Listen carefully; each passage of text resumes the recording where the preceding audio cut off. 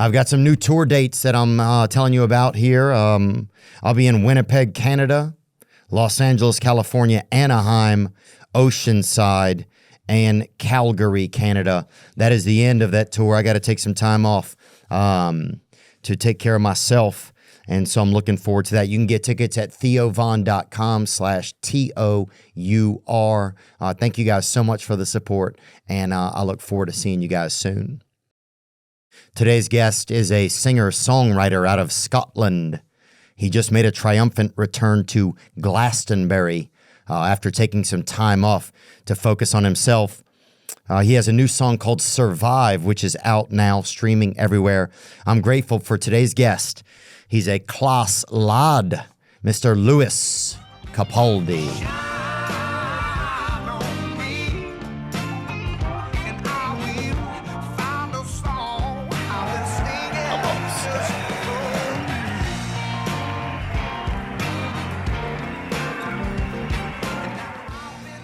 I feel like I'm in the thing. Yeah, this is it. I feel like I've stepped through the screen. Do you know what I mean? Here we are. Oh, here we are, lad. Fucking locked Class. in. Class. Class, lads. Yeah, it's hard to understand. I feel like it's hard to understand the Scottish sometimes. Yeah. I'd say it's the hardest, because we've not got the international identity that Irish people have. Right. Do you know what I mean? So everyone kind of knows the Irish accent, but I feel like Scotland is like Ireland's sort of like ugly little sister. Oh. No one really like. Do you know what I mean? People, we don't have that sort of like international thing. Yeah, Ireland has that thing like they have like the leprechaun or whatever. Yeah. Do you guys have a version of the leprechaun? I guess like William Wallace is like the only. Oh, he's a powerful leprechaun then. Powerful, yeah, exactly. Yeah, big man. Yeah. Big man thing. Yeah, I wonder who the Irish version of the leprechaun. Just like a regular guy that needs help, probably. It's just like a guy that just like it can't get his grandmother on the phone or something. Maybe. Oh, God. Dude, good to see you today, man. Good to see you too, man. It's Thank you awesome. for having us. Thank you for all the beautiful music, man. Thank you. No, that's what I do. That's I what appreciate it. Thanks for all the laughs. Okay, we're even. It's cool how something can cross like to a total different culture. I mean, that's kind of fascinating, that I could go to Scotland and have people come see a show and that you could come here and have people see a show. It's wild, especially because I don't think you ever, well, I don't know about you, but like I never get into this thinking about, like I never assumed that I would be in America doing things like this, or like people would come see shows or anything like that. So yeah, it's mad. It's just like, it always feels like a bit of a blessing. Yeah. Coming over here and doing this, do you know what I mean? It's like, and a dream. Sometimes it feels like, I think, or does it ever feel to you like you're living in a dream kind of in a weird way? Yeah, for sure. I think, especially like I took 2 years off there and like I was sort of living this sort of mundane day-to-day life. But it was just, so it was weird now being back in it all. Sort of the last few weeks has been a bit of a mad, it feels out of body and a bit strange, but I'm loving it. It's great. It's the best. And you did you do Good Morning America? I did just this morning. No. I've been up since 4. Oh, it's early. It is early, but kind of jet lagged, so I kind of played into my hand. It evens out, maybe. Yeah. But it was good. They should call it Goodbye America. I feel like we're fucking... What's going on? Oh, yeah. Oh, we're about to get on a boat and come back. You know what I'm saying? Where's the port? Oh, there I am. Oh, that was you today. That's literally me earlier on wearing a nice green jacket. Oh, that's beautiful. And who's the ginger there on the That's my piano player, Aiden. Oh, sorry, Aiden. Aiden, he has ginger. He's very ginger. Okay, good. We've classified him then. Yeah. No, but he's good man. It's like the scarlet letter of haircuts. I feel like being a ginger, Exactly. He's maybe the most red-headed guy I've ever met. Wow. Yeah. And is he a Scotsman? He is a Scotsman. They're all Scots. Well, my drummer is a very posh Englishman named Freddie. Ooh. Yeah, I know. But it's quite. It was a weird thing. We looked for a drummer for a long time, and he was like, we kind of went through. It was like speed date. Went through a lot of different drummers, and it was like this really posh English guy that fit in with these sort of normal Scottish men. So it's been lovely. Oh, there he is. That's Freddie. Oh, there he is. This is well good how quick you guys are on the... And he's doing well. Look at him. Yeah, he's doing very well. Just had a little child, a little baby. Oh, God. Well, about a year ago now. So she's Yeah, she's nice. She's fine. I don't know. Baby, as babies go. I don't know her. Yeah, as babies go. Yeah. She doesn't say much. Yeah. She emails late at night though. Yeah. She gets on that laptop and really occasionally rattle off. She'll fire off a few emails. Yeah. Strongly worded. Yeah, dude, I've been to Scotland before. We did Glasgow and did a show over there. Yes. How did you find it? It was quite. It reminded me a bit of like a lot of people. Like day labor, like kind of like contractor type of people, proper like working class, blue collar, call it over here, yeah, down and dirty, or like a dark blue, navy almost, yeah, definitely. Yeah. Guys, some of them they would, one of them would talk and one of them would whistle, just like unique. One guy, you had to tickle him to get the truth out of him. Just a lot of like special, just unique folks. Yeah. It's a great place. I love Glasgow. I kind of split my time now between Glasgow and London, but I always miss it when I go. Yeah. It's just a different sort of, different type of person that you get maybe than the Londons and the. Oh yeah, dude. They're a bit more refined there. They're a bit more like, kind of like you see like those nutcrackers at Christmas and they're all like polished and like, they have like a nice hat and like a little thing. Yeah, like you're Cat Williams. Yeah. They're a bit more Cat Williams over there in London. Yeah, exactly. And then you get to Scotland and it's just some guy fucking licking a pitchfork, Yeah, exactly. Just hoping for the best. I love that. Yeah, I love that shit, man. Yeah. It's pretty special. But yeah, it's a great place. Glasgow, been there. But you're in Nashville now. Yeah, I live in Nashville now. Yeah, I love Nashville. We're going there on Wednesday. This Wednesday? I think so, yeah. Oh, Christ. Yeah. I'll be gone. Yeah, I'm not just... But we're here. We're here now. We're here now enjoying this in the Chelsea Hotel. This is it. Yeah, the Chelsea Hotel, a famous place. Yeah.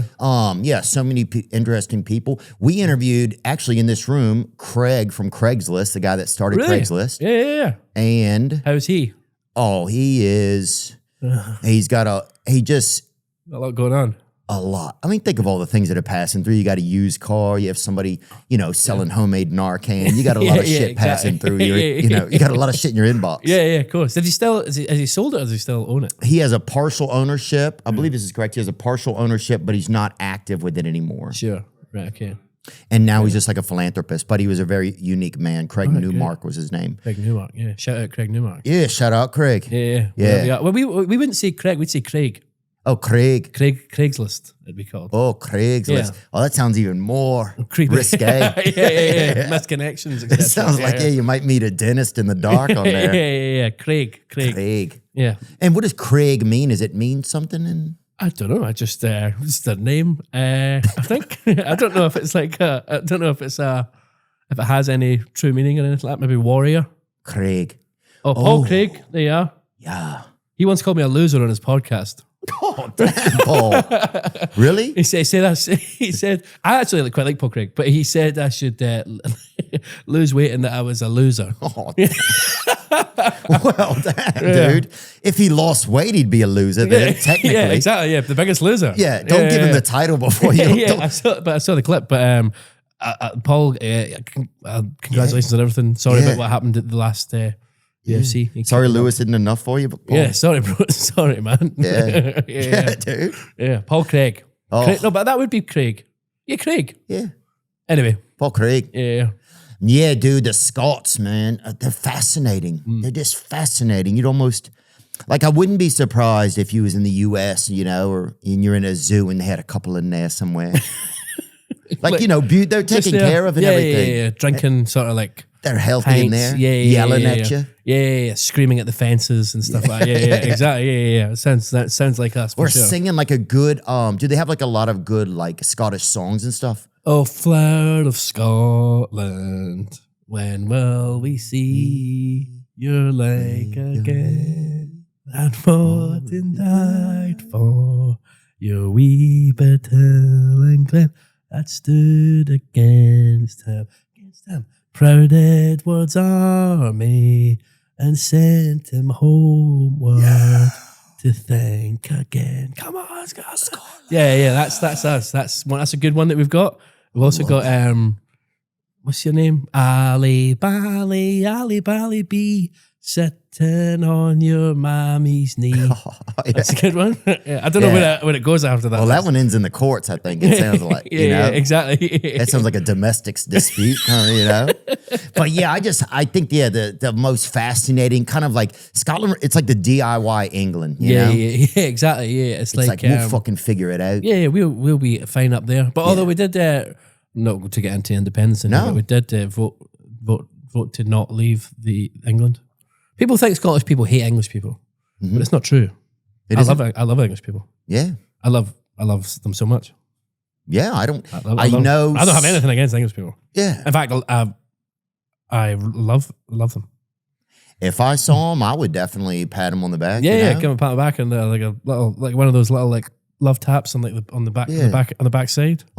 Send them on their way on the low back. They call it just the low back. Yeah, consensually. Yeah, of course. Yeah, it seems like there's a lot more. You have to be very consensual over there. Yeah. I think everywhere it's good to be consensual. Good call. Sorry. And that's not going to age well. Still, but in Scotland, it's just a bit more like, whose tit is this? You know, kind of. And it's on your mate half the time. Yeah, exactly. Yeah, and a man's tit as well. It's always a man's tit. Yeah, we're talking about men, ladies. Yeah, we're talking about men's tits. Yeah. Relax. It's not always about your tits. You know. You don't think some of us are wearing brasiers now? They have that Shay Gilgus Alexander just had a brassiere on the other day. One of the most famous basketball players in the United States. Oh, really? Is that a thing that I can pull look up a at? gander at this? Yeah. He was wearing a men's brassiere. Oh, what? Lovely stuff. Is that like, what is the... But yeah, beautiful. I mean, it's coming, I guess things are... What is the use in that? Because he doesn't look like he's packing heat. I mean, I bet I haven't seen, this is as much of him as I've seen. I'm going to just, based on charts I've seen online, I bet he's doing okay. Yeah, for sure. I think, I don't know. I think maybe times are changing. I don't know. Yeah, it looks, I mean, hey, fair play to him. Yeah, fair play. Fair play. That's what I always say. Fair play to these Brazilian men. Yeah. That's what I say. Are you feeling okay? Yeah, I feel great. You're doing good? Yeah, I feel relaxed and chilled. Good, man. What is Celsius? So Celsius is our sponsor, and this will definitely, it just gets you kind of going, you know? Yeah. I'm going to have a sip. Yeah, get in there. I've never tried it before. You haven't? Oh, it's lovely. That is actually really nice. Celsius. I'll have a bit with you. Hey, cheers. Cheers, lad. Cheers. Sir. A word from our sponsors. Hey. There you go. Oh, man. Yeah, dude, you have a couple of these, you'll see a couple UFOs. Yeah, for sure. Yeah. I always thought it was alcoholic. Can you get alcoholic Celsius or no? It's a great question. Do they have that? No. Nope. They should really wade into that market. I think so. That'd be a good shift. Yeah, I bet at some point they will. I mean, you're going to get an email immediately for alcoholics. You're going to get a collab going. Yeah, great. I mean, that's what I'm angling for. That's what I mean. I'm here collecting sponsors. Yeah. Dude, in Scotland, you guys see some of the most UFOs. Do you know that? I didn't know that. No. I'm not as up to speed with my alien stuff as I should be. But is that the case? More? Yes, I think Scotland is one of the most. I think Scotland has some of the most UFO sightings anywhere. Really? I think there's also I think that's also got something to do with people taking more drugs in Scotland. Oh, definitely. And then some people just need a ride home. Exactly. Just jumping. Hoping anything will come get them. Yeah, exactly. There was a video of a guy, one of the first sightings over there. What was his name? Yeah, this is a guy right here. It's Bobby Taylor.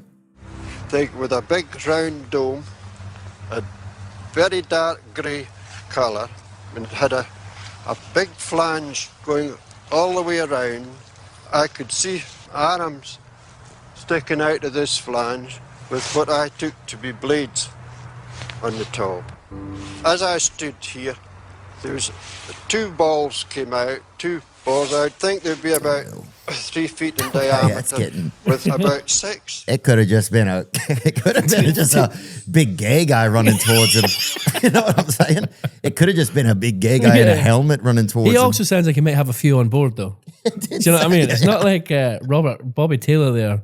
Sounds like he could be under the influence slightly. So I'm not sure that's like... No, I'm glad you're here because this is Livingston. That's so close to where I grew up. Really? Yeah, so close to where I grew up. I grew up 10 minutes from there. Oh, wow. That's very close. A place called East Whitburn. And in between Glasgow and Edinburgh, but that's so close to where I live. And have you heard of this man? I've never heard of Robert Taylor. He hasn't really made it into the. He was attacked by a UFO in the Deckment Woods. You've heard of him? I haven't heard of. I've heard of the Woods. I haven't heard of Robert. But then that's what they do. They try and suppress this stuff, don't they? Oh, for sure. You can. Yeah, this guy should not be. Yeah, West Lothian. That's literally where I grew up. Really? Yeah. In the Taylor Incident, aka Livingston Incident, or Deckment Woods Encounter, is the name given to claims of sighting an extraterrestrial spacecraft in Livingston, West Lothian. Yeah, that's where Whitman is. I never thought I'd hear Theo Von say West Lothian. Boy. You're doing a lot for us.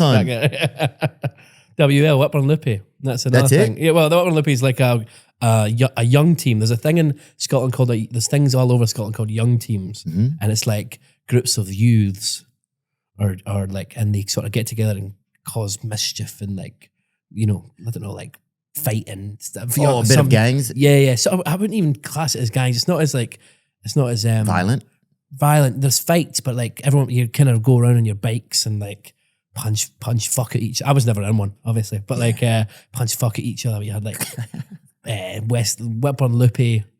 That's the only one I know. Yeah, it was a song like Whitburn Loopy, nuts are we? Him and her and you and me. We'll show you what we can do with a baseball bat and a snooker cue. Slash the faces, jump the back. Use the cue as a baseball bat. Whitburn Loopy, nuts are we? We are the Whitburn Loopy. Let's go, dude. I'll join right now. Get somebody that freaking Glasgow smile, eh? Wow. Yeah. According to Taylor, a forestry worker for the Livingston Development Corporation, on November 9th, 1979, he parked his pickup truck at the side of a road near the motorway and walked along a forest path. He claims he experienced a foul odor like burning brakes. I mean, it sounds pretty similar. The spheres similar to sea mines had seized him and were dragging him in the direction of a larger object when he lost consciousness. Ooh. But they always lose consciousness right before they see them. It is true. Do you know what I mean? So what is happening? Yeah, it sounds like he blacked out. I mean, he definitely, you said out of the gate, it looked like he'd maybe had one or two. Yeah. One or two on board, yeah. And also the thing about a lot of UFOs, dude, we never even find a gas cap on the ground or anything. Like these motherfuckers are flying everywhere. We never find a rear view mirror from one of them. Yeah, exactly. You telling me they're that well assembled that not one of them ever had a fault? Yes. Yeah. A spare tire or something, even just one of those jacks they used to fix the side of it. I'm not like a huge believer in UFOs or aliens, but I'm curious. Yeah. I'm curious. Yeah. I'm always interested. You're alien curious. I'm alien curious. Yeah. Me too. I would just be. I hope if they get me, they're women that get me. But yeah, the Falkirk. What was that? The Falkirk Triangle. Falkirk Triangle. Falkirk's also not far from where I live. They all seem to be happening in my little concentrated area of London. Yeah, Scotland. Sorry. Yeah, the Falkirk Triangle. It sounds like three kind of thicker ladies splitting a bit of haggis, doesn't it? Yeah, it does. Yeah. Yeah, the Falkirk Triangle is a region in central Scotland renowned as one of the world's most active UFO hotspots. You didn't know that? I didn't know that. No, that's not. People haven't that's what not the become. Shit? Yeah, exactly. Yeah, it's not become a real. It's not as famous as. But how many do you need before people tap each other on the shoulder? Things are going on here. This isn't normal. You think as well you'd be able to catch them. Like you'd be able if 300 are happening a year in the area, you'd be able to wait out and be like, okay, they're coming at some point. Do you know what I mean? Yeah, you think just some guy, some Scottish cowboy with a lasso. Yeah. That's mad though. I never knew that. What is it? I wonder what leads to those UFO. I wonder if there's something in Scotland that leads to it. Is it the diet? Is it the? There was a thing called the Glasgow Effect a couple of years ago. Well, I think it was like the life expectancy in Glasgow at one stage was like 55 years old or whatever. What? And I remember this girl did this thing where she was looking. It was like an art project where she was looking for funding so she could live like a Glaswegian for a year and see how it affected her health. So she could love a Glaswegian? No, live like a Glaswegian. Like live. The diet, the sort of surroundings and that. People were really up in arms about it because it was very like sort of poverty safari sort of. Right, like almost like a supersize me, but for Scotland. Yeah. It was very like it was thingy, but yeah, excess. The Glasgow Effect refers to the observation residents of Glasgow experience lower life expectancy and poorer health outcomes than people living in similarly deprived cities in the United Kingdom and Europe. There you go. But I think it's better now. I think it is much better now. I think the people are just so great. God wants them back quicker. That's great. That's a good way of looking at it. That's what I feel like. The rest of you guys can mill around on the earth. Just keep it going down there. Yeah. Dude, the last 30 years are downhill anyway. We'll fucking show up in heaven in style. I like that. Yeah. That's class, dude. How old are you? I'm 45, man. Really? Yeah, I'm gonna die soon, dude. Let me get a look at this. I think you're a very, very sprightly 45. You know, I don't feel. I swear to God, I don't. If this is what 45 feels like, I can't even believe it. Yeah. Because I don't feel 45. Yeah. I don't think I think like I'm 45. Yeah. So I think something's wrong with me. And I'm not even joking. I really do. I thought I would just have more like adult feelings or be a young grandfather at this point. But none of that's happening. Yeah, of course. You know? I definitely get, the older I get, the more I'm like, aging kind of scares me slightly. Not even aging, getting older, but like the loss of like youth. Yeah.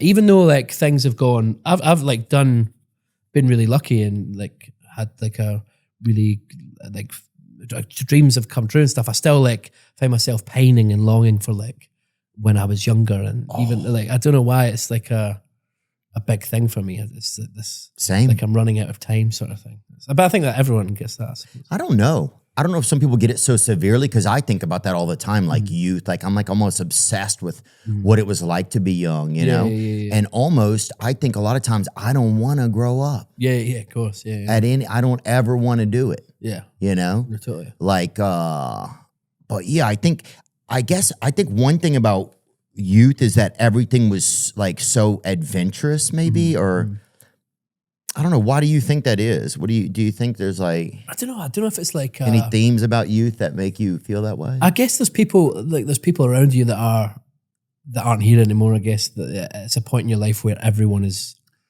like everyone's there. I mean, I guess my grandmother died when I was 3, so that I was very quick to. I think that may be a big thing with my worry of like my what's the word, obsession with like, you know, youth and aging and all the rest of it. Detachment and all that. Yeah, because like I learned from like a young age that people, it's finite and people die and stuff. And I think, I think maybe that might be something that I attach to it, or like that there's less.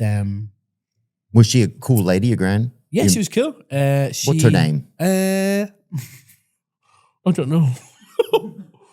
My mum's gonna kill me. No, she won't. Your grandmother's dead. They need you. Fuck, what was my grand's name? I just called her Nana. That's fair. And if first of all, can I text my mum and ask her what her name was? Please. Any grandmother going by her natural born name, first of all, is a tramp, I think. Every grandmother should be Nana from now on. I want to text my brother because I feel like my mum would be like, what the fuck are you doing? It might be a bit much for her, yeah. What was mum's name? 2 more sips of Celsius, you'll remember it. Yeah. I bet if you have a sip of Celsius right now, you might remember it. I can't fucking remember her name. That's mental. But yeah, you've been through a lot, dude. We've seen what's going on. Listen, exactly. Yeah. That's fucking mental. Is it though? I'll keep it. I'll tell you this. I don't know my mother's name. Oh, but there you go. But your father was much older. Yeah, he's an older man. Yeah, my grandmother was born in 1884. Wow. But I should still probably know it first name. Well, yeah, but I guess you never met her.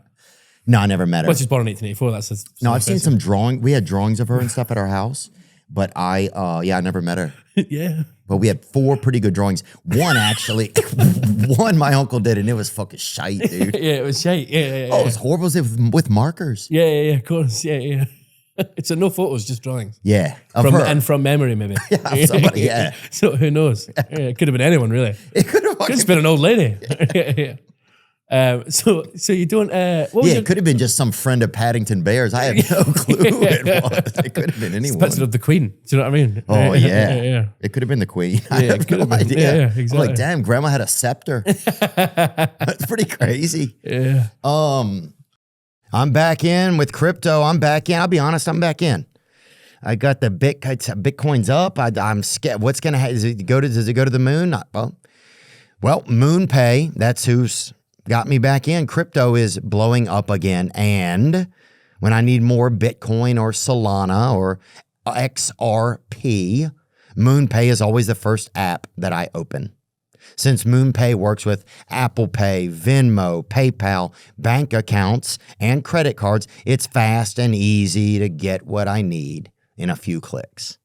And because Moonpay has been around for 6 years and is used by millions of people, they've also formed pretty cool relationships with other companies in the crypto space. Moonpay has partnered with Trust Wallet, one of the most popular self-custody wallets in the world.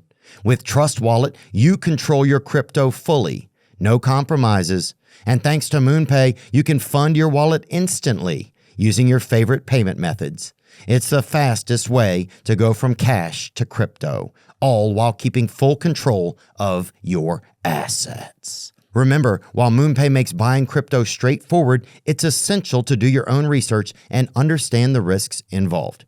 Crypto trading can be volatile, and you could lose your investment. Moonpay is a tool to facilitate your transactions, not a source of financial advice. Trade responsibly. Pickles have always been treated like they were an extra, like they didn't matter, like no one cared about them or remembered that they existed. Yeah, that's how people treat pickles, like a complete and total afterthought. So Sonic Drive-In made pickles a before thought and a during thought, introducing the Sonic Big Dill Meal, a Sonic smasher topped with Grillo's pickles, crispy fried cucumbers, and dilly ranch, tangy pickle seasoned tots, and a pickle Rita slush filled with pickle bursting bubbles. Sonic has unleashed the pickle with the Big Dill Meal. Pickles aren't just a topping with this meal, they're the whole meal. The Sonic and Grillo's Big Dill Meal. Live free. Eat Sonic. So we'll get back to that. My mother's name. And look, it'll be something that we'll check towards the end. Yeah. But Nan is it? That's what everybody calls them. Nana. Yeah. It's like is that a Scottish thing or like? No, I think some Americans say Nana. Yeah, I'm trying to think what we say here. A lot of people say like Grammy, Mimi. Yeah, Meemaw. Meemaw too. Meemaw. Yeah. What would you? Grandmother, evil grandmother, I would say also at times. Or distant grandmother. Cold grandmother. Older lady with the key is also a term that I would throw around sometimes. Yeah. No, my grandma, my grandmother was good at like, she would make us nice treats. Yeah. And that was one thing I thought that she was good at. Fond memories, treats. She liked to feed you, you know? Yeah, I've got a lot of people like that in my life. Yeah? Yeah, I'm a big proponent of being fed. Oh. I like to be fed. Yeah, look. Yeah. It sounds weirder than I wanted it to sound, but I just meant I like eating. Well, of course, you should eat while you're here. I mean, according to the Scottish mortality rate, you're there's only so much time left. Exactly. This is it. I need to get on. I think 55. No wonder you feel so much about your youth, you know? Yeah. No wonder you do. I think my brother's texted me back. All right. Let me see. This is awesome. What? Mum's name was Melissa. It wasn't Melissa. Oh. No grandmother's ever been called Melissa. Not that I know of. No. Unless that's like kind of like a Margaret? Melissa. Maggie? I guess we'll get to the bottom of this by the end of the podcast. I'm 100%. This is our UFO. Yeah. This is meant. I'll just keep it. Sorry. I think it's great, man. Sorry. Yeah, dude. Who's on your Scottish Mount Rushmore if you had to kind of piece one together? Billy Connolly would be up there for sure. Okay, Billy Connolly. Yeah, Billy Connolly. Maybe there's a Scottish singer I love called Paolo Nutini. What is his name? Paolo Nutini. He's Scottish Italian, much like myself. Well, not quite like myself because he looks Italian and I look like this. Yeah, see, he's got that sort of like Italian-y. Wow, I didn't know that. So that's a Scotsman? That's a Scotsman, yeah. Oh. And but he's up there for me as a musician. Grew up listening to him. And have you guys ever gotten to tour or collaborate together? I've had a few beers with him. I've been to see him and had a few beers with him. That was like a really nice sort of Phil Soccer moment. He's very elusive, parts, and he'll like disappear for years and then come back and sing and thing. But he's an incredible talent. But he'd be up there for me. I'm trying to think of actors. I guess Sean Connery maybe. Sean Connery would be up there. I mean, he's a very historical figure. Yeah, Sean Connery probably would be up there, yeah, actor-wise. What about Shane McGowan? Was he Scottish? Shane McGowan's Irish. He is? I believe, yeah. He might have been high enough he thought he was Scottish. Oh, no, I think he was born in England, Shane McGowan. I don't know. But I think... Sean Connery, he was very much the epitome of class, I think, for exactly. a bit. Yeah, it is.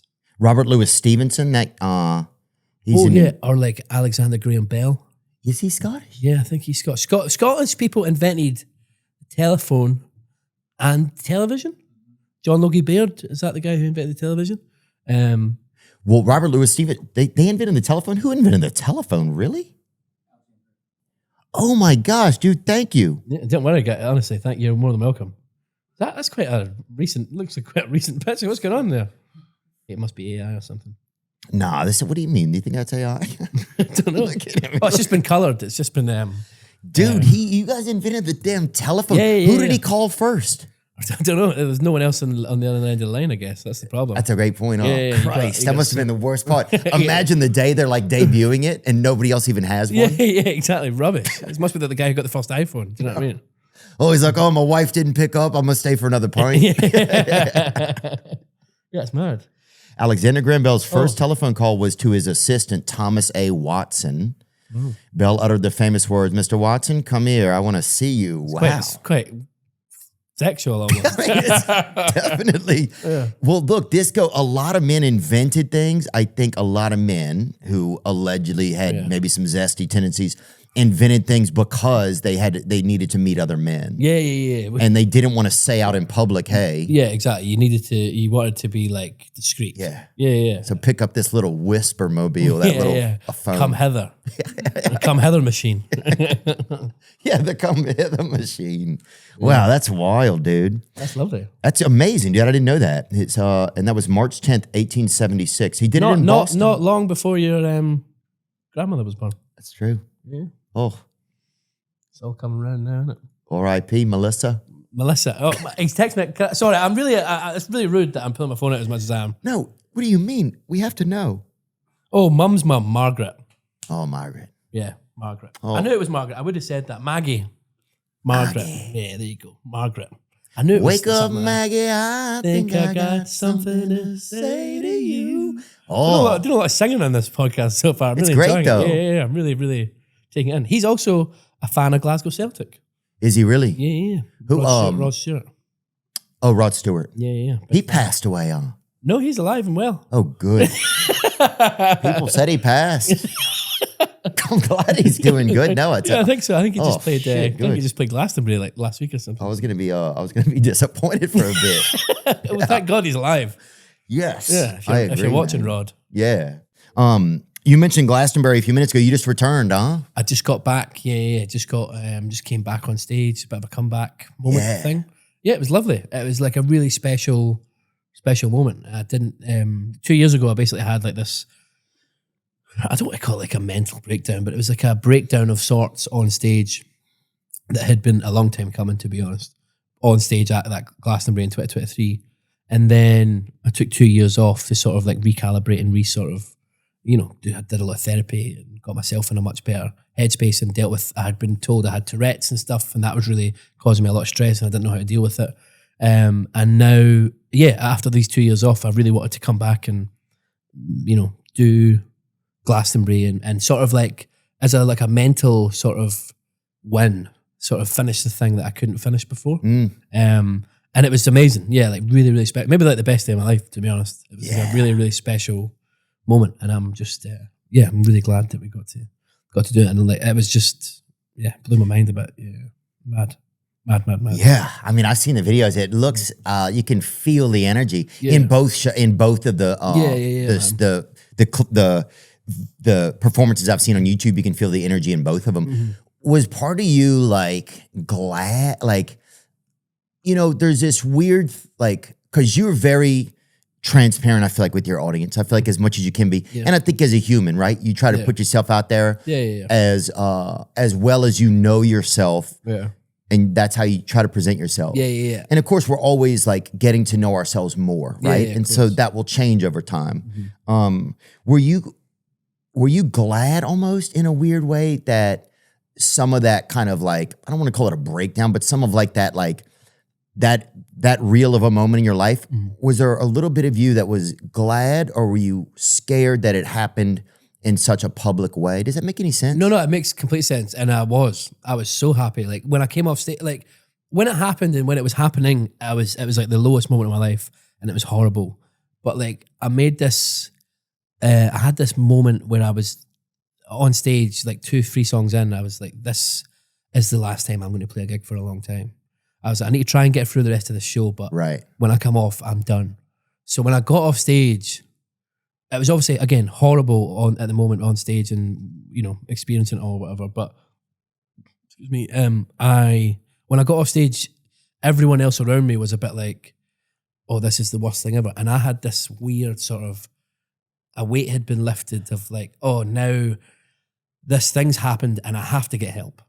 Sort of thing. It wasn't, I had been putting it off, because funnily enough, a few weeks prior to that show in Glasgow, we were playing in Chicago, and I had a very similar episode. It was probably even worse, the one in Chicago. I couldn't come back on stage and finish the song. I was like backstage convulsing and having like this crazy panic attack, mental like episode. It was really, really bad. Way worse than what happened to Glastonbury, but because Glastonbury is such a, like you say, like a big stage and a big moment, it was the first time people outside of maybe, you know, my shows or whatever had seen it. So yeah, at Glastonbury, when I came off stage, it was weird. I had this, everything's all right now and I can actually go and get help and fix myself for the next 2 years. And it was, in a weird way, it's probably the best thing that ever happened to me, that moment at Glastonbury in 2023, because it was just, I wouldn't have stopped otherwise.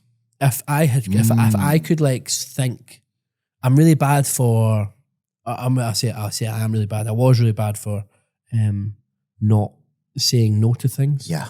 Like feeling like, oh, this is going to pass me by if I don't say yes to this. All this amazing stuff's coming at me now and I have to like catch it all and sort of get it all done and do this. Otherwise these moments are going to pass me by and I'm, it's never going to happen again. So I said yes to way too much and I took way too much on and everyone around me was asking me, are you sure this is okay? Should I say, I was like, yeah, I'm fine. But yeah, so Glastonbury 2023 was for sure the biggest, really important and like maybe the most important day of my life, to be honest, because it was such a, I wouldn't have stopped otherwise. Do you know what I mean? It was like almost like a blessing kind of. Yeah, it's like someone upstairs was like, this has to happen now, otherwise I don't want to think about where I would be now if I hadn't, if I'd continued to do it. Because we were meant to go to Australia and stuff like that. And you could have fallen apart, man. Yeah, exactly. It could have been really, really, horrible. I dread to think what would have happened otherwise. Do you know what I mean? So, a bit of a blessing in disguise, I think, for sure. And you know what I thought about? I felt like it was just like, I think we're at a time where people just want to see something that's real. Yeah, for sure. You know? They want to see somebody that's like, that's not hiding all their tough times, you know? That's definitely trying to at least be earnest as you can, you know? So, I just thought it was, I don't know. Yeah. I think seeing something that's real, and especially if it's somebody like you that is, you're an emotional guy. You have a lot of feelings, and and you have a lot of feelings that we all have that we can't put into words. And so, we like look to you to be like this, like, almost somebody that's like speaking for us. Not that you're doing that through ego or anything, but just that you're like a conduit for some of the feelings that we can't explain. Yeah, maybe. I think so. But then I look to like other people like that. Oh, for sure. I think we all do. But just the fact that then you are able to like, just that you're so present and real, it feels like with people and with your fans or, people that support you. Yeah. That for you to have a real moment, it just, I don't know. I guess, I don't know exactly what I'm trying to say. I guess, I'm an idiot. No, I know what you mean. I know what you mean. It's like people are sort of craving a bit of like authenticity, I think. And also if you hadn't had it in such a real way, would you, nope. Well, Well, that's like, I think for a long time I was like, I'm sorry. No, you're grand.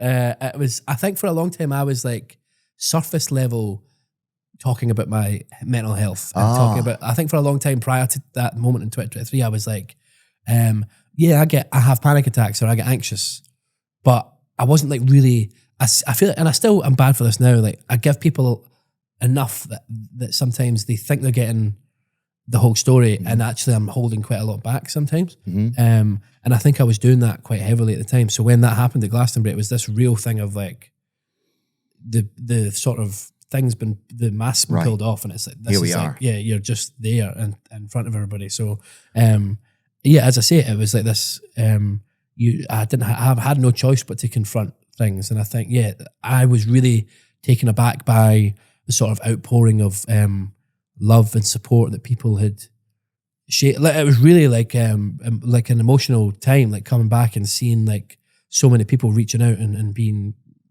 kind and sort of sharing their stories with me and all this stuff. Sure. It was really special. But I know what you mean. Like, I feel like everybody's looking for something that's a bit real or tangible to sort of hold on to, I think. Something that's human, yeah. Yeah, 100%. Did you feel any embarrassment when you came back? And not that you should or anything. I just think that feelings are interesting, right? Yeah. So sometimes you'll feel embarrassed about things, even if you should. It's all interesting. Like, we show up to everything with different feelings and you're always trying to juggle all these feelings in all these moments, Yeah. Was there any embarrassment? Yeah. I feel embarrassment all the time.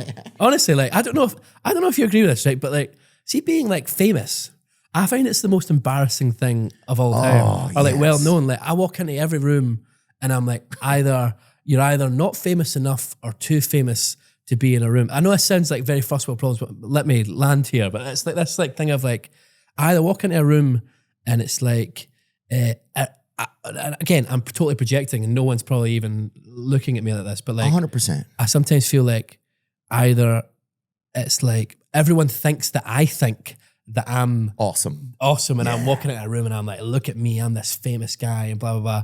Or people walk into the room and go, oh, who does he think he is doing this or that? I just feel fame in general and being well known is the most embarrassing thing to me. I just get like, feel so like cringed up all the time with like, when it comes to like that sort of side of things. Yeah, it's the brightest, ugliest suit. Yeah, exactly. You're walking into a room with like, I don't know, it's mental. And then I sort of have this thing when I walk into a room and I assume that, everyone in this room probably doesn't like me because they've seen something online that I said once, or they think I try too hard to be silly or funny, or they think my music's shit, or they think I'm better than I am, or I just... trying to manage people's expectations or thoughts. Yeah. And then your whole life becomes... And I know some people are like, listen to these guys who have everything complaining, right? Exactly. And I understand that, 100%. But we're going to keep doing it for another minute, right? Just to explore what it's like, because also being popular, it's almost just like, life's like an experiment, and you have different moments. Sometimes it's great, sometimes it's horrible, but it's all just like, I look at it as like, okay, this is what's going on now, and what is this like, And sometimes then you start thinking, okay, I have to spend so much time making sure that everybody thinks that I'm okay. Right? That I'm cool, that I'm okay enough to them. So then that can be like a trap. It can all be just kind of like, I don't know.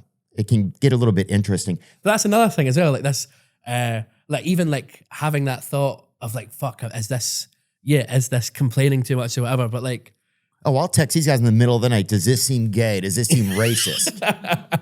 Those are two of the big ones. Am I okay? These motherfuckers are trying to sleep in their homes. Exactly. And their coworkers text me at midnight, am I okay? Like, we don't fucking know. Fucking look at your ring camera, you idiot. I don't know. But it's true. It's like this thing of like, even the thoughts of like the thing I just said, I'm already like overthinking that thing I said about you're either too famous or not famous enough in a room, because I'm embarrassed that I even talking about being famous is embarrassing, or even like referring to yourself as being famous is embarrassing. Do you know what I mean? And again, you're only famous to people who know you, really. You're not famous to everybody, like thingy. So it's like, and then, I don't know, it's such like a mental. You do like so many mental gymnastics. I think thinking for about sure. It. Oh no, look, man, it's interesting to talk about. And you know what I think? It's interesting to imagine. That it's interesting to imagine that you're important, right? Yeah. That's an interesting thing. Yeah. It's like that you're like I've noticed this sometimes. Like if other people think I'm important, then it gives me. I don't have to think I'm important. It's almost like I'm using the fact that they think I'm important in some way. It's like, oh, then I can just get my importance through that instead of creating my own importance for myself. Does that make any sense, or is that crazy? No, 100%. It's like you're getting, but then it's that sort of, that again, I guess it goes back to like external validation. 100%. Stuff like that, which is like, I was thinking about this on the way over as well, how attack, like, because I'm coming back into this, you have a new tour coming out. You're coming back into this stepping into like spotlight again, or like this sort of world again, and I'm really trying not to get that validation externally, but it's quite difficult. Like I already feel it like in little bits of things that I've only been back for like a week and a half here, and I'm already like, looking through comments and getting excited when I see like a nice comment, and then like really down when I see an awful one, and I'm trying to stop myself and be like, no, this is the stuff that got you sort of where you were last time. It's important to not sort of feed into it, and it's just really it's like such an interesting thing, and I don't think it's exclusive to being well known or being. No, I think a lot of it's human too. Yeah. A lot of it's just human stuff, And I think you're almost like, I think with popularity and stuff, you almost become like a lab mouse. You almost become like just this heightened level of a lot of things. Yeah. And so, it's interesting to talk about. Yeah. Well, dude, as a fan of yours and as, somebody you've helped me feel, no homo, dude, have feelings and shit over the years type shit. Yeah. But dude, I don't think you could ever. I think you'd have to try very hard to have a realistic person think that you're a bad person. I think. Thanks, man. And likewise, like I think that's like, I think that's why I think I'm such a fan of yours as well. Like I just feel, I like talking about being real and stuff like that. Like I've seen clips of yours where you're like, again, showing emotion and stuff like that. And it really resonates with me in a big way. So I feel like it's just nice to like, I guess. Check your phone. Your grandmother text again. Sorry, it's getting fucking kind of crazy, but no, I appreciate it, man. We're trying our best, No, totally. And sometimes it's a battle. And I didn't mean to interrupt you. That was kind of mean of me, dude. Wasn't mean at all. Honestly, I was rambling. Do you worry? But thanks for the nice words, dude. Don't worry, man. Yeah, it all becomes, and then you start to become like, well, this how people think you are. Is that how you really are? And then you're like, am I holding up just an image of myself? Yeah. Who am I even? It's all kind of interesting, right? I think, but as long as you try to just stay aware of that's kind of what's going on, then it can all be kind of interesting. Yeah. I think it's important to remind yourself who you are away from all this. And I think that's what me having 2 years off. I'm a pervert away from it. You know what I'm saying? No offense, ladies. I don't know. And no offense, Scott, either. Okay. No, but it's like, I think it's important to have that sort of, awareness of, right, when all this is gone, like who am I or what am I? Yeah. I have more. I'd like to think I had more to offer than singing a few songs or being silly on social media or stuff like that. Do you know what I mean? I think and more to offer myself too. Yeah, that's what I think about sometimes. Like 100%. At what point do I start offering, like trying better to focus on offering things to my own life? I don't know. Yeah. Now we might be wading into some fucking ego waters, but that's okay. Let's back out of that. How do you keep things from being different than like what kind of like led to like some of the like mild traumas or things that happened last time that led you to the point where you were really suffering? Yeah, I think for me, like I wasn't doing any therapy. I wasn't really looking after myself at all. It's not like I'm like hitting the gym like every fucking day or whatever, but like I just think in general making better choices in terms of every aspect of my life. I do therapy every week now as well, which has been really beneficial for me. I think I've really that's really been maybe the biggest thing that's switched everything around. Is your therapist a man or woman? A man named Owen O'Kane. Very nice. Owen what? O'Kane. Owen O'Kane. Yeah, Irish. Oh, yeah. God. So you'll end up decent if you get better. Yeah, exactly. At best. Yeah. You'll end up decent at best, dude. Oh, that's him there. Yeah, very good. Is it okay that we say his name and stuff? I think so. Yeah, I'm sure he'll be more than happy with it. Oh, that's class. Oh, he's an author as well. Yeah, he's an author. Oh, that's amazing, man. But he's been amazing. He's been amazing for me in the last little while. It's just been. Who turned you on to him? It was my management that got through to him and stuff, who had heard from someone else or whatever. But it was just when I came off the stage at Glastonbury, it was like immediately first thing I need is a therapist. And then did they put you in an ice bath when you got off, or what'd they do? Did they like just, or did you just fucking sit and have a pint and be like, that was a wild one? Like, were you able to calm down right after you came off the stage? I went out and I flew back to Glasgow that night and went out and had pints. And, I did. Yeah. That's the most Scottish shit I've ever heard, dude. I did, but yeah. The guy could be getting a heart transplant. He's fucking, dude. He's fucking. Yeah, no, I woke up and I went straight to the pub and so it was just a nice. I just had to like go and do something normal rather than for sure be around mates and get back at that sort of place. So yeah, went out and kicked the arse out it like properly. But it was very much needed. Do you know what I mean? So yeah, and then it became and then afterwards we did a bunch of shit with therapists and neurologists as well for like my Tourette's and stuff. I'm take medication for that and all that stuff, and just in general try to reduce stress as much as possible. I think it's been a massive thing, and I think that's where that sort of what I was saying about saying no to things is becoming I'm realizing how important that can be with stuff, because it's one of those things of like, if it doesn't, this thing, you won't get this again if you don't say yes now. I'm like, okay, cool. Or somebody will be unhappy or something like that. Exactly. Like, I've done meet and greets, I think, for probably 97% of my shows after, right? Just for free, just meet, you know.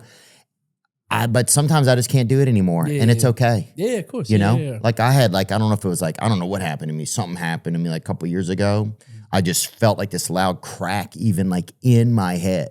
Yeah. And I was like, all right. And I've never been, I don't think, fully the same since then. Oh, right, okay. Yeah. Really? Yeah. But I don't know what happened, you know, but I just knew that I had to shut it down and I had to start taking better care of myself. Yeah. And because at first I thought the stress was like, oh, you're not working hard enough. You're not figuring this out well. Yeah. But that's not the truth. The truth was I just, you know, like, there wasn't going to be anything left of me. You know, I just didn't have anything left, so I had to tighten it up. Yeah, man, definitely. I think that's the thing as well.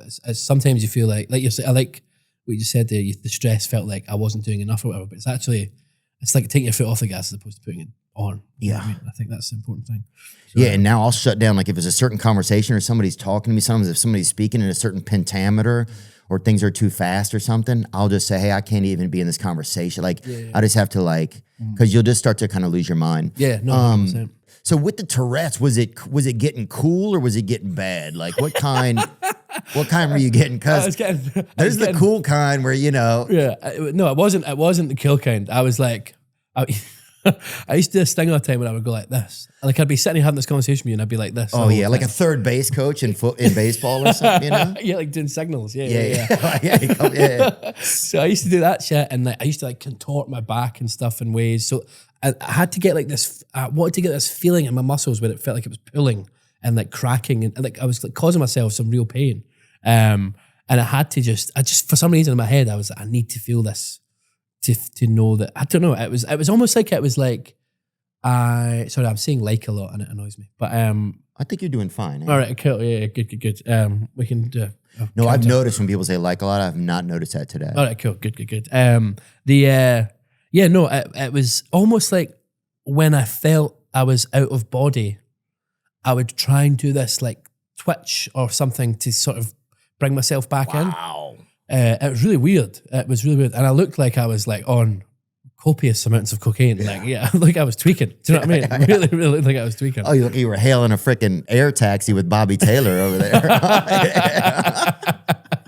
Yeah, no. Dude, that's fascinating though. Yeah. So you would get a feeling, and then the some of the tics would make you feel like you're almost getting back into your skin. Yeah, well, that's what I felt like. I can't speak for anyone else. That's fascinating though. Yeah. I think they call it like a premonitory urge or something. Sorry, and I think I was getting them all the time. And when I was performing, it was like really prevalent because it was like you would get it if you're excited. So any sort of extreme emotion would bring it on, or like tired or anything. Yeah. So it was. It was bizarre. It was really, really bizarre. But like, Now I'm noticing even more. But no, it sounds good. Premonatory, it's called? Premonatory urge. Yeah, thank fuck, I remembered that. A premonitory urge is a sensory experience like an itch or a feeling of pressure that occurs before a tick in an individual with Tourette syndrome or other tick disorders. Premonitory urges are physical sensations. These urges can manifest as feelings of tension, pressure, an itchy sensation, or a feeling that something is building up and needs to be released. Oh, God. Wow. Nice. Wow. I had about, for 15 years, I had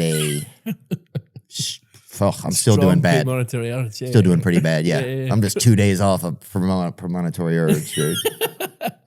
But I needed it. Couldn't sleep. Yeah. This is an ad by BetterHelp. You know, workplace stress. Let's talk about that. Let's talk about that. The constant feeling like you have to put out, you have to create, you have to be able, evolve. It's a lot of pressure. It's a lot of stress. But keeping all that inside of yourself, that doesn't help. BetterHelp. If you're looking for someone to talk to, if you've struggled finding someone to talk to, or don't want to be seen walking into like a church basement in your town or into a therapy room, you can check out BetterHelp. That's who I'd recommend. With over 30,000 therapists, BetterHelp is the world's largest online therapy platform, having served over 5 million people globally. And it works. With an app store rating of 4.9 out of 5 based on over 1.7 million client reviews. As the largest online therapy provider in the world, BetterHelp can provide access to mental health professionals with a diverse variety of expertise. Our listeners get 10% off their first month at betterhelp.com/THEO. That's betterhelp.com/Theo. But wow, man, that's kind of fascinating. Well, one thing that I think is so interesting about people like you who are like, poets, wordsmiths, and, and that's okay. That's what you are, right? You have an ability to share things through words and language, is that when something like this is a part of your world, you can probably express it to people better than some people who don't have that same ability, right? Yeah, maybe. I don't know. I'm yet to really delve into it because I'm still figuring it out as well. Just now, I find I'm better. You're still what? Figuring it out. Figuring it out. Yeah. I find I'm better at sort of talking about something once I've understood it a bit more. I'm not really good at talking about things as they're happening. Do you know what I mean? Yes, 100%. It's like, or explaining or writing about stuff as it's happening. I feel like, oh, Jesus Christ. No, it's like things are better when you have a chance to look at them. Yeah. With the benefit of hindsight. For sure. Yeah, for sure. Yeah. So I'm that's the craziest thing about life, though. Sometimes it's like I'm always waiting for hindsight in my life, And the problem is then you've gone. It's a relative term. And also you've gone on from wherever you could have had an effect on things. Yeah, for sure. I'll always delay trying to make a choice until things are in hindsight, but then it's too late. Yeah. Sometimes I do that a bit. Yeah. When did you go to therapy for the first time ever? Was it after that? No, I went to therapy before. I've tried therapy a bunch of times. And no, it's obviously, I'm not, I don't want to sound disparaging to any other therapist I've been to. I've been to amazing therapists, but I never really had a connection with any of them or sort of felt clicked. Yeah, for sure. I think a lot of times people go and they think just because they're going to it there. Well, I don't want to say a lot of times people do things. A lot of times I have gone to therapists for years and I didn't know that I was really supposed to have a relationship that I could be honest in. Yep. It was finally this was supposed to be whether I wanted to pretend like the therapist was my mother or my girlfriend or my brother or a friend. I could pretend like they were that and say things to them that I've always wanted to say to that other person. Sure. But I never realized that that's how it was a good way to use a therapist. Yeah. I always just thought a lot of times it was just sit and talk only about how I feel. Mm-hmm. And it didn't matter if I was learning anything. I just thought, since I'm going to a therapist. You're ticking a box there or something. Right, I'm checking a box. I didn't even realize that. Anyway, sorry to interrupt you. No, for sure. And I think just to your point there, I was going to a lot of these therapists and I felt like I was just saying what they wanted to hear after a certain point. I was looking at the clock and sort of being like, right, okay, what is the thing I can say to get me out of here the quickest, or that makes them think I've Like, I wanted them to think that I had a grasp of like my mental health. Oh yeah, like, I want to be my own doctor sometimes. And shit. And they would say stuff, and I would then.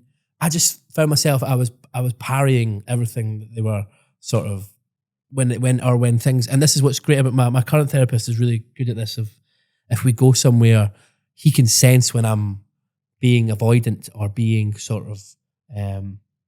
Being avoidant is the word, and he sort of pulls me back in and is saying, there's a reason you're being sort of wishy-washy here or anything like that. So, was there an initial moment when you noticed them? Like, was there like one moment that you're like, oh wow?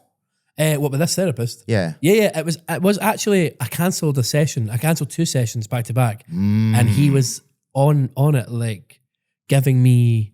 I don't want to say grief. Grief's the wrong word, but like. He was saying, we don't have to do this. He was very like forthcoming in the fact of, if you don't want to do this is totally fine, but it feels like you're not engaging with this in a way that's beneficial to you or like wasting his time as well. So for me, that was like I really respond to that sort of not letting me away with shit. Do you know what I mean? And I find that in the sessions now as well. I find it really beneficial when there's, someone called. I like when people call me out on my shit. Yeah. Because otherwise I'll just keep shitting. Keep shitting. Yeah, I'll keep on shitting. I'm always shitting.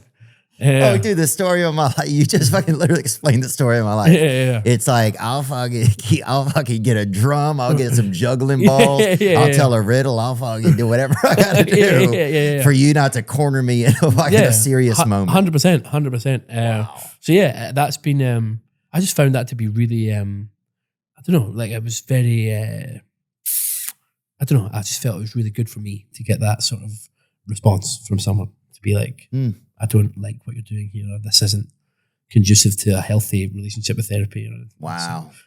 So yeah, it was funny. That was probably like the one that I was like, okay, this might be the guy for me. Yeah. Dude, yeah, I think now I have Tourette's when I, this is when I get Tourette's. It's like, if I'm sitting somewhere with my freaking girlfriend or whatever, and she's like, I don't think this is working out or whatever, and this is why. And then I just like get Tourette's. Like, I just can't be honest, Yeah, I just get so scared to be honest. And like, and I don't really get like Tourette's like you're saying, but it is a form of Tourette's. It's this. Get me out of here. Yes. It's this get me out of, get me out of like, I don't know. It's so hard for me to stay in a moment with one other person. It's hard for me to stay in a moment that's not completely in my control. Yeah, for sure. Do you ever find that with like people? I always find I'm really good in groups, but then sometimes if I'm just one-on-one with someone, even if it's someone I've known my whole life, I'll be like, what the fuck did I say to this? Yeah, what the fuck is your name, Mom? Sitting in the car with my dad. Yeah. You're standing there with your grand. What do you say again to people? Like, what is the thing you're meant to? How am I meant to start a conversation with someone? Do you know what I mean? Even like my best friends. Oh, like, yeah. I think I'm a good auxiliary player. Do you know what I mean? Good sideline player. But yeah, no, I empathize with that situation for sure. I think I never thought about it till just now. Yeah. But that's my Tourette's. It's like this, like, and I literally can feel my fucking skin being like, why are you keeping us here? You know? Yeah, for sure. And like, yeah. I mean, I remember one time having a conversation, like a real conversation with a girlfriend in the car, and I literally put the window down and hung my fucking arms out of the window, like I wanted to get out. Like I was, let me out like here. as much of me as could be out here needed to not be in this vehicle, having this real moment of me having to commit to this relationship. Yeah. I'm gonna pee really fast. Can we take a break for just a minute? Please. Okay. Empty this tank. Yeah, dude. Thanks for sitting. I just take a wee. Oh, you guys call it a wee. I just took a pee. Took a wee. A piss. That's crazy that it's we're not, because we're only 6 hours away from each other by ocean, and we call it somehow the letter change. Yeah. Yeah, it's true. It's fucking baffling. Yeah. A piss or a slash. Ooh. A slash is a good one. I'm going for a slash. Going for a slosh. Yeah. And you come back with blood on your clothes. Your fucking neighbor's missing. See, it's crazy how that changed as well from going to America. Yeah. Over there, you're going for a slash, you're just going to fill up a toilet, you know? Yeah, over here it's something more sinister. Yeah, over here you're fucking making a Dateline episode. It's just crazy how things just really fall off as you go across the ocean. No, but man, yeah, thanks for talking about some of that, because even just helped me think, like some of those things, it's like hard to realize until you get into conversations where you're talking about some of this stuff, you know? Yeah, of course. Yeah. And then you got to be careful because your ego will start to be like, you know what you're talking about. So that for me sometimes is a trap. And I think I got to just go to more recovery meetings and stuff so I don't get just that I'm the only voice I'm hearing. Yeah, of course. Yeah, That's when it gets really scary for me. Like, then I feel like I know something. Yeah. That's the thing. That's why I'm really enjoying this, because we've been doing the interviews all day and it's very one way. And you start, I don't know if you find this, that if you're doing stuff or whatever, promo or whatever, but you're just talking about yourself all the time. And I feel like it just becomes this I don't know, it just fucks with the head slightly.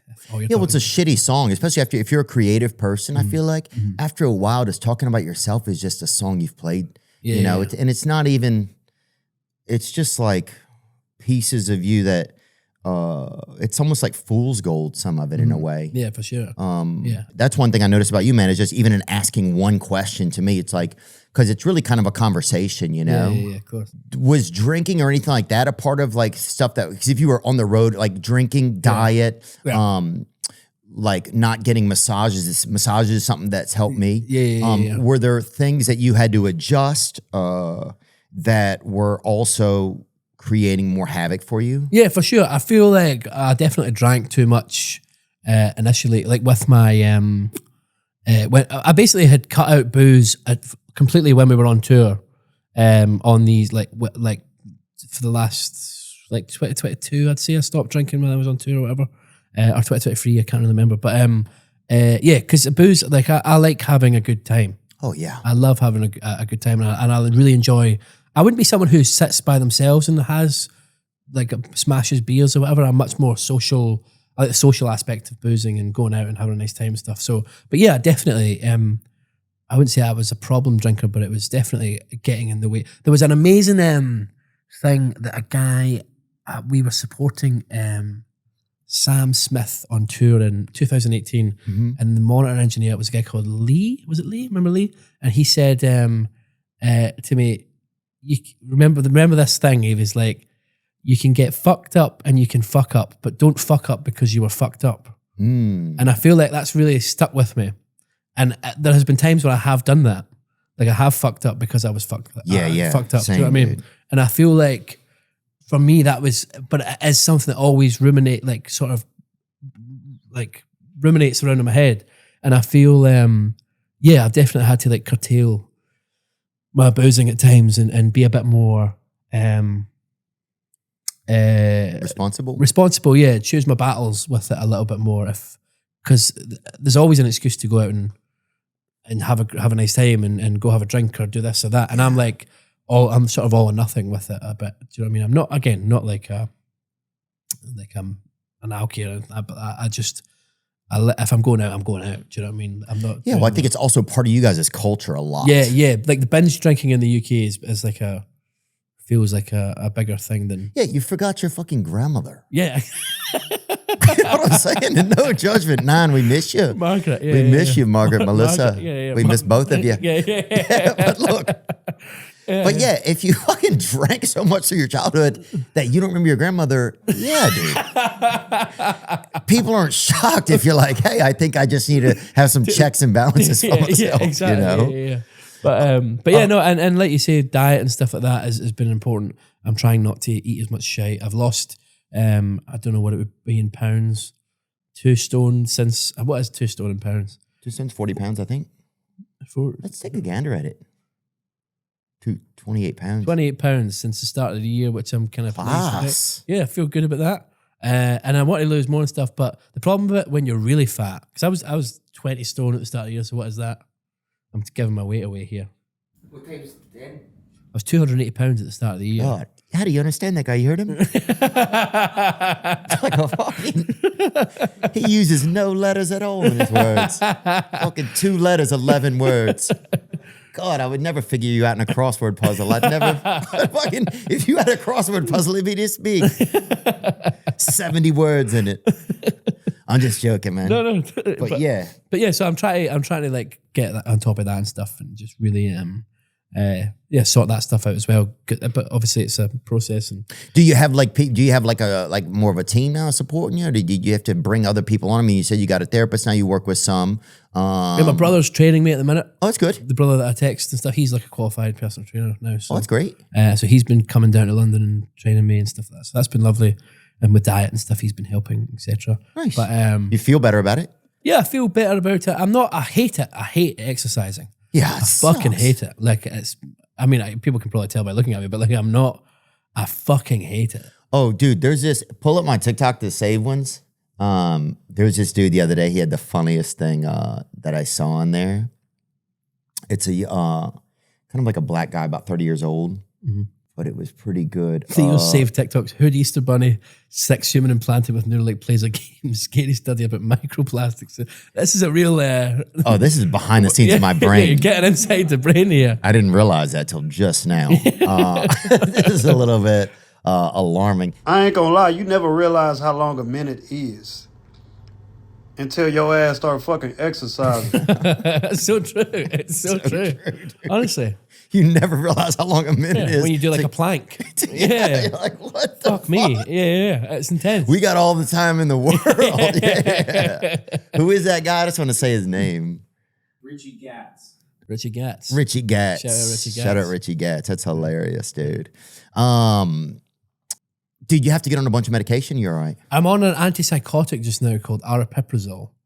I was on antidepressants. I was on sertraline, which I think is Zoloft. Oh, yeah, here. I'm on there. Yeah. That was interesting. I really, I couldn't, it just made me numb. Yeah, can't feel a lot. Yeah, can't feel a lot. And really, I couldn't get like a hard on to save my life. Oh, yeah. Yeah, and when I did, it would be like this, it would be like a roller coaster that just kept going up. Oh. It never came down. You know what I'm saying? God, damn. Yeah. It was an intense period of time. So I came off that. But then the thing is, coming off it is like is really an intense experience. Unreal. And no one really gave me that heads up. So I was like really like low and sort of, I wouldn't say I've ever, I'm always really careful about using the word depressed or whatever, but it's the closest I've felt to that feeling, I feel like, in my life. Yeah, it's scary. It feels like a trap door inside of you opened up like right in the middle of you. Yeah. Fuck, spot on. Like it was so, so intense. So, I was on that for a bit. I don't think I maybe needed to be on that, especially for as long as I was and for the dose I was on or whatever. This I'm only on this aripiprazole antipsychotics, like 5 milligrams. And it was really scary when they were like, when they offered it up. Yeah, because it sounds scary. Antipsychotic. I'm like, I'm not psychotic. Hope we was doing better than that. Yeah, 100%. Yeah, but I'm on it now, and at 5 milligrams before I go to bed, and it's helped? Changed my life, genuinely. Really? Yeah, it's genuinely been a massive help. Just in everything, like my mood, my anxiety levels are so low these days. I'm just, the stress that I used to feel, I don't feel the stress. I mean, I don't know if it's all related to this or other choices. I guess it's an amalgamation of things. Right. But that's amazing though. What's that called? Aripiprazole? Shit, maybe I'll try it. Yeah, get on that shit. Oh yeah, I'll buy a bag of that. Yeah. What are the uses? Can we go down to the uses? The treat a range of mental. Aripiprazole is used to treat a range of mental health conditions. Tourette's. Schizophrenia, bipolar 1, major depressive disorder, irritability associated with autism spectrum disorder, and Tourette's. There you go. Made it in the very end. Yeah, just snuck in there. Snuck in there at the end. As the door was closing, slid on my knees. Maybe I would try that, man. Yeah, it's good. What do you think about your songs being used for like on The Voice and stuff like that? Like, I'm all for it, man. It's in these foreign countries, though. Playing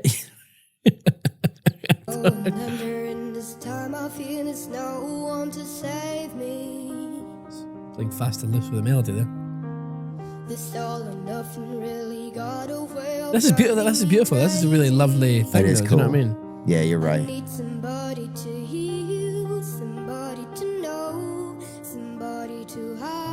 Did you write this?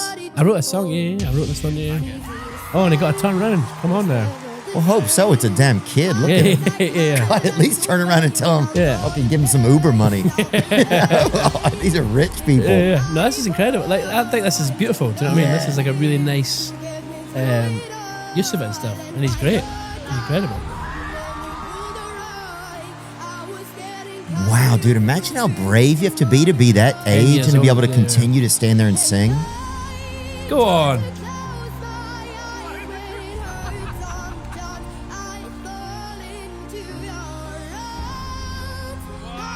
Pretty good. No, that's good God, going. I think you should sell the song to him. Yeah, exactly.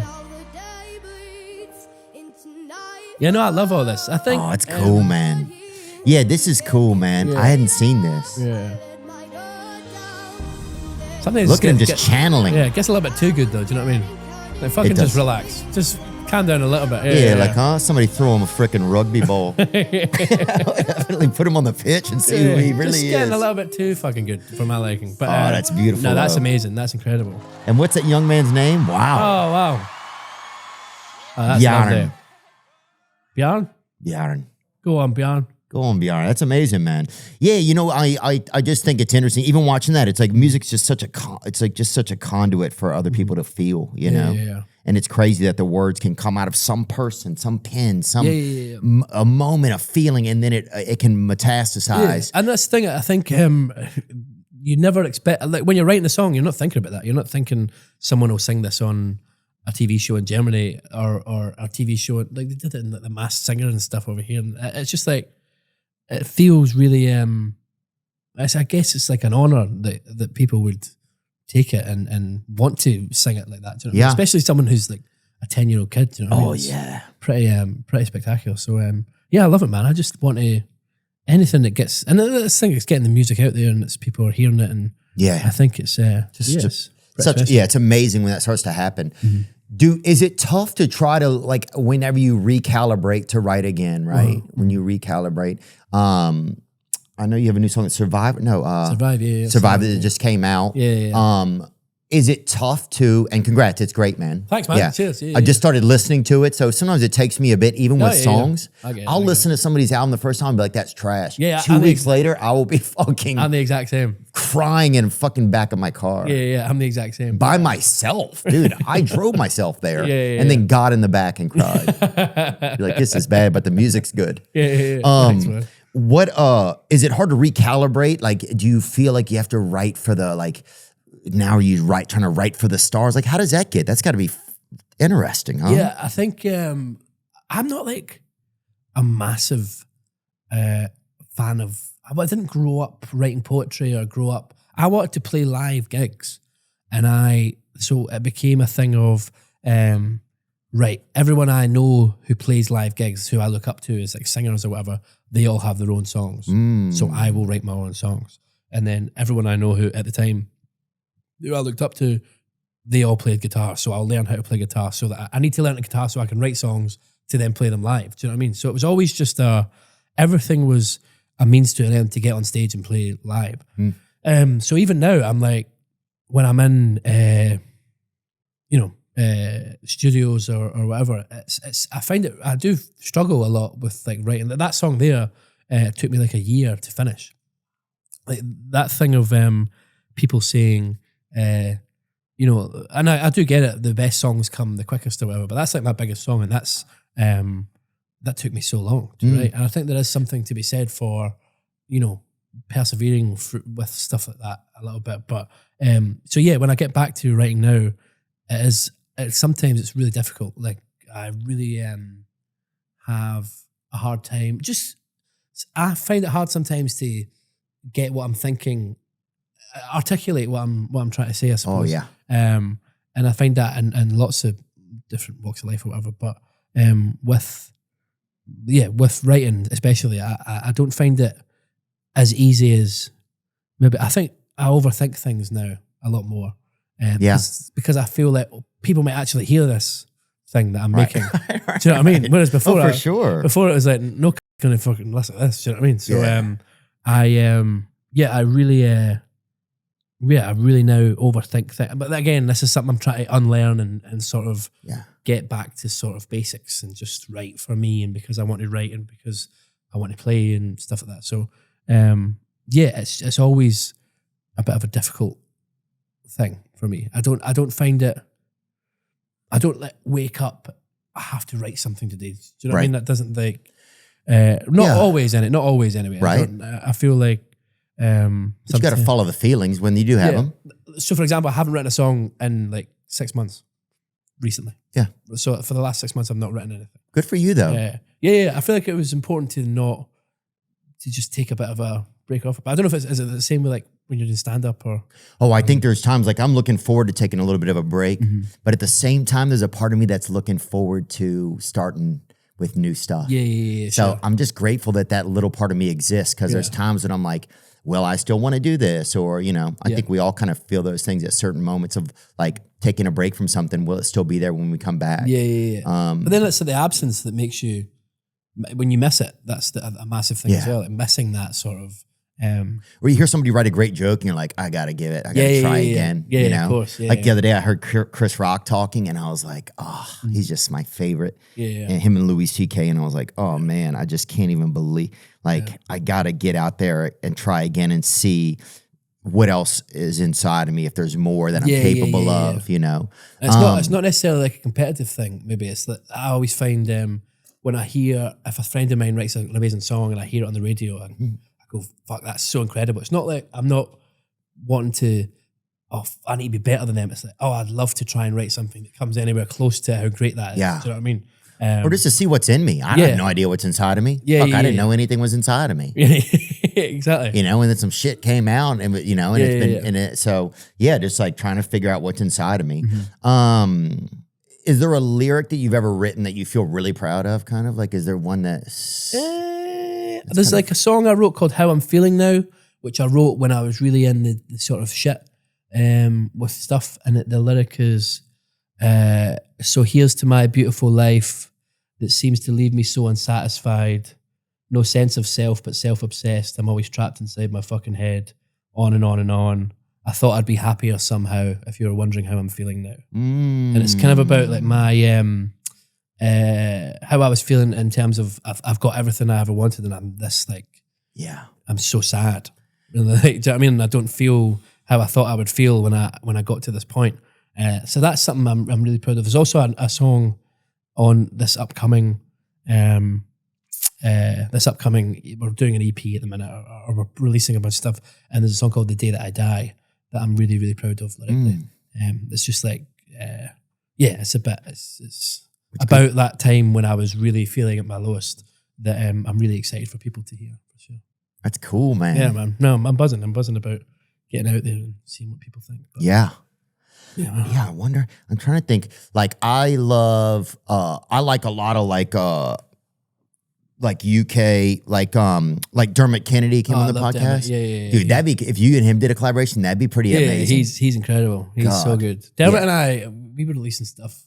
We kind of come up around the same time, especially in that UK, Ireland sort of scene and stuff. But his voice is like, when I was growing up, if there was an artist like Dermot Kennedy around, that was the sort of artist that I would have been like all in on. That would have been like my sort of, that's my type of shit. Do you know what I mean? Like his last song, Let Me In or something, I think it's called, is brilliant.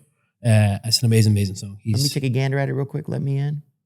Oh, I could have stayed, never went home. It might have been brief, but at least I was free from all of my ghosts. That live in my head like reflections on water that only come once. I still haven't learned deceptions in the cinematic version of love. I can't get enough these days. Oh, the world doesn't sing to me quite how it used to seem. This life is a touch too damn much for me. Maybe that's meant for me. 'Cause I know there's a room where I'm happy, but I can't find my way to the door. Tell me who wins the war between my heart and my head. I forgot what I'm suffering for. Yeah, he's brilliant. He's great, man. That's awesome. Yeah, dude, if you guys did, there'd be no tears. The oceans would be full. If you and Dermot Kennedy did a song together, the oceans would be full, man. It'd be done. It'd be a wrap. It'd be 100% salt water for the planet. We're done. The deserts are done. I'd love to, man. He's or James Blake. Did you ever listen to James Blake? I love James Blake as well. Yeah, Retrograde and stuff like that. Yeah, if you guys had like I'm just trying to think of things that I like. Sorry, I'm trying to fucking pin work please, on you. Yeah, no, or just like a up, because then it would be like, or like I wonder if he's ever done any remix of your stuff. I don't know. I'm just thinking of like, I guess British artists that I know. No, but James is such a. You ever listen to Sam Fender? Sam Fender? Sam Fender's incredible. Kind of like, he's got that sort of like Bruce Springsteen thing going on as well. He's probably like one of the biggest, maybe the biggest in the UK just now. Is he really? Yeah, I went to see him at London Stadium recently. It was he's a fucking special artist. Wow. And it says he just canceled shows he had mental health. He was suffering. Yeah. It's like, do you know what's so funny? It's become every single. This is again not to go back to like fame or whatever, or even just it's really kind of sad. But like every person I know who's achieved something that they grew up aiming for or dreaming of or whatever seems to have this sort of struggle with it when they get it. Well, I think we're at a time where there's never been as much coverage of things. Yeah. We've never been in this time before. As society, we've had people that have had popularity and fame over years, right? Yeah. Or have achieved different amazing things or interesting things. Sure. But we've never had this much coverage, this much I think this much reflection of ourselves, maybe. Yeah. So, and I think people are suffering from it at all. I think it's a little bit of people are dealing with that at all levels. You know, sure. At all levels of their lives. But it is kind of fascinating because every generation you're into a new experience. So how does fame fit in this world when the reflection in the pond has gotten so much bigger? Yeah, 100%. Yeah, man. But yeah, something upbeat, like if you guys and James Blake did like a trap, just something like fucking, because he does like some. I'm just thinking of interesting things that I like, but I'll have to check out Sam Fender. Yeah, do. Let me think. I wanted to ask you another. Oh, do you have a brother? You have a brother? I got 2 brothers and a sister. I'm the youngest of 4. And what are they like? They're good, man. They're great. We're all 2 years apart. So okay, yeah, same in my family. Yeah. So how many are you? 4 total, 2 and 2. Oh, is it? Yeah. Yeah. Fucking brilliant. Yeah. Any hotties in your? It's an old American joke, you know? Yeah. It's an old Catholic joke. I'm Catholic as well. Oh, yeah. Yeah, oh, yeah, brother. Yeah, good on you, sir. But, that's us. Oh, there you go, right there. There you go. That's me on the left there with the big ears. Oh, there you go. Yeah. Christ, I got some myself, lad. Yeah, there you go. Oh, yeah. That's a good noise to make. We'll be fine. Well, mine can hear yours. I think mine are bigger. Okay, take me left to right. That's you right there. And when's this picture taken, do you know? I must be about 2 there, so maybe like 1998, 1999. Maybe, I don't know. I'm totally fucking guessing. But that's my sister Danny there. That's my brother Warren. Warren? Warren. Oh, wow. Warren. Oh, Warren. Warren. And that's Aiden on the right there. But yeah, they're great. Like, I love them.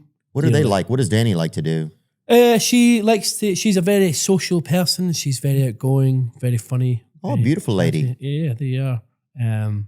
They're all great. Like we get on.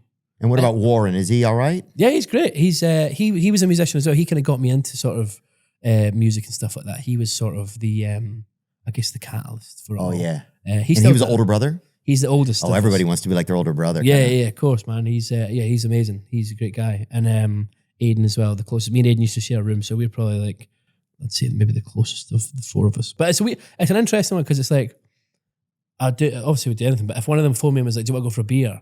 I'd be like, what's happened? Do you know what I mean? Yeah. What's going on here? Do you know what I mean? It's that sort of relationship. But they're great. It's amazing. Very, very close family with them and my mum and dad as well. Yeah. It's a really, it's a nice sort of support network to have. Yeah, I saw some of your family on the documentary, I think. Yes, on Netflix. It was pretty cool to see. Yeah, man. Yeah, they're great. My dad and my mum are very no nonsense, like,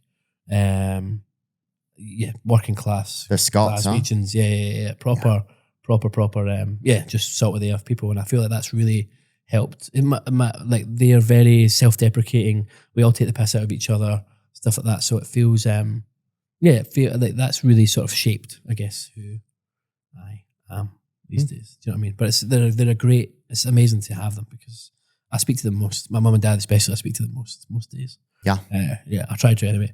But yeah, it's they're great. Nice, man. Yeah, this was nice to include them too. Yeah, for sure. You were working with BetterHelp. I do want to say that before you leave because they sponsor our program a lot, and of course, we'll have them in this episode too. Yeah. But you are working with BetterHelp to give away 734,000 free hours of therapy is the thing. It was like, so it's an hour, 1,000 hours for every single day that I took off. And I was away from, touring and all the rest of it. I just felt like therapy was such a positive experience for me and things that I did. And really, just really made me feel quite, it's just got me back to where I want to be. Yeah, I mean, we're talking about it. It's something that's part of your life now. Yeah, and I feel like if I can sort of give people, because I don't necessarily think therapy is for everybody at all. Some things are better left in a box under the bed. Do you know what I mean? I think... Talking about you, Ireland. Yeah. That's just a joke. But the shame in Ireland, fuck, they should have a fucking... They should have the Catholic guilt. The Catholic guilt. Yeah, they should have... They should be... Ireland should be sponsored by BetterHelp. But yeah, no, and I feel like if I could open up any sort of door for someone to try therapy for the first time or... because sometimes it's expensive as well, and and it's in the UK. Obviously, we got the NHS free healthcare, but sometimes that's like overrun at the minute, and people are really struggling to get seen and get therapy through the NHS and stuff sometimes, and people might not have the means to go private or what else. Yeah. So it was just one of these things. In fact, fucking shout out to BetterHelp for being up for it and being sort of being so forthcoming and being sound enough to do this with us. I think it's hopefully it helps some people, and that's the aim. Well, I think even just having that first experience with therapy, and learning what it's about, and then also not feeling like, okay, now I have a therapist that this has to be perfect. It's just like a relationship in life. You try and find a good relationship. You find one that fits, but you also don't want one that fits too great, because then it can just be a place of comfort where you're like, I liked a little bit of conflict with my therapist, because then I would be like, there would be times I'd be sitting with my therapist and I'd be like, I would want to say, like, at first I'd be like, I didn't like what they just said, right? Yeah. Say they said something, I didn't like what they said. Yeah. But instead of saying that, I would just get quiet. Yeah, sure. Right? But then finally one day I was like, I didn't like what you just said to me, right? Yeah. Mm-hmm. And then they were like, okay, that's great, right? Mm-hmm. Let's work with that. Yeah. Opens up a conversation and right. Yeah. Mm-hmm. But instead I'd always been this other way, like, oh, I shouldn't want to hurt their feeling or this type of thing, Exactly. But once I was able to change and I realized, oh, that's their job. Their job is breakthrough. Yes. Yeah. They're hoping for that because it gives them something to work with. I was operating with this different thing, like, oh, everything's supposed to be completely kind of copacetic, Yeah, for sure, man. 100%. What else did I want to say? That's about it. You have a tour. Well, I could talk to you forever, man. Yeah, man. Likewise. Thank you so much for having us on. I really appreciate it. Yeah, dude. It's so cool. I was so excited about this, man. I think a couple years ago, we started kind of DMing each other and stuff. And I just thank you so much for all the music that helps us feel, Yeah, man. No, and thank you for fucking everything you do. Like this podcast, like I'm listening every week. So it's like class, man. No, but it has been really fucking helpful for me in times as well. So I really appreciate it. You bet, dude. Yeah, I can't even believe we get to do this shit, you know? This great shit. This great shit, yeah. Sorry, God. But no, dude, it's it's cool, dude. It's cool that we get to sit here and talk about this stuff, and I'm excited for the new tour. So you're about to go to Australia, right? I've just announced the Australia tour. We've got a UK tour in September as well. And was this stuff that was on the docket and you had to cancel it before? The Australia tour is almost the exact same tour that we cancelled, but that's that one. But the UK is just a fresh one, sort of get us tuned up a bit and get us back into the swing of things. And then hopefully America next year and do some bits and bobs. And I just want to do as much as fucking possible. I'm back now and I really want to just dig in a bit and get things going again. So man, I'm fucking excited. I'm really excited. Well, as fans, we'll be here when you get to us, so don't, Don't feel like you got to, welcome back. Yeah, man. Or whatever. I don't know what the fuck am I talking about. I don't know shit. I think everybody's just glad you're feeling good and excited to hear what you do, Yeah. And whatever you don't do. You're already great, man. Thank you, man. I appreciate that. Louis Capaldi, man. Thank you, brother. Thank you, Theo, man. Honestly, what a pleasure. Yeah, cheers. And Margaret, not Melissa. Sorry, Mum, for forgetting that. There you are. Godspeed, woman. Now I'm just floating on the breeze, and I feel I'm falling like these leaves. I must be cornerstone. Oh, but when I reach that ground, I'll share this peace of mind I found. I can feel it in my bones, but it's gonna take